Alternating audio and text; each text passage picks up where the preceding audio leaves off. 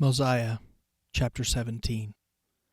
And now it came to pass, that when Abinadi had finished these sayings, that the king commanded that the priests should take him and cause that he should be put to death.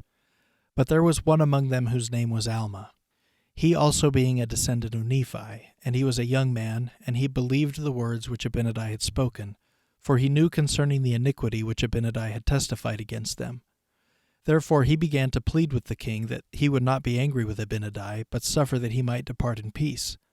But the king was more wroth, and caused that Alma should be cast out from among them, and sent his servants after him that they might slay him.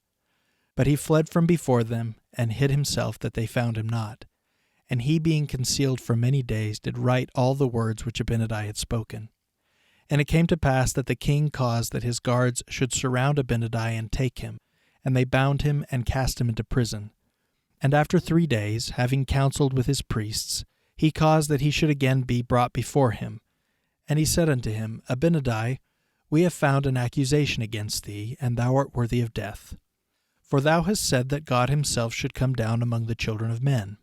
And now for this cause thou shalt be put to death, unless thou wilt recall all the words which thou hast spoken evil concerning me and my people.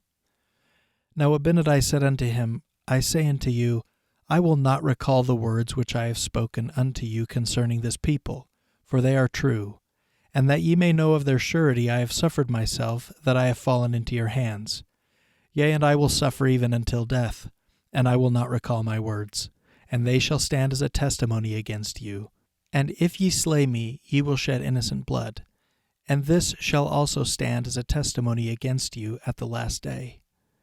And now King Noah was about to release him, for he feared his word, for he feared that the judgments of God would come upon him. But the priests lifted up their voices against him, and began to accuse him, saying, He has reviled the king. Therefore the king was stirred up in anger against him, and he delivered him up that he might be slain. And it came to pass that they took him and bound him, and scourged his skin with faggots, yea, even unto death.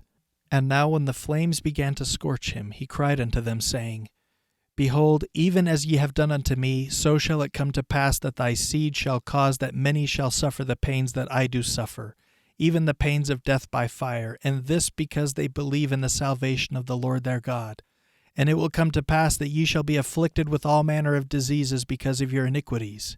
Yea, and ye shall be smitten on every hand, and shall be driven and scattered to and fro, even as a wild flock is driven by wild and ferocious beasts. And in that day ye shall be hunted, and ye shall be taken by the hand of your enemies, and then ye shall suffer, even as I suffer, the pains of death by fire.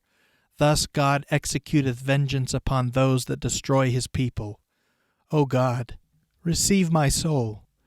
And now when Abinadi had said these words, he fell, having suffered death by fire, yea, having been put to death because he would not deny the commandments of God, having sealed the truth of his words by his death.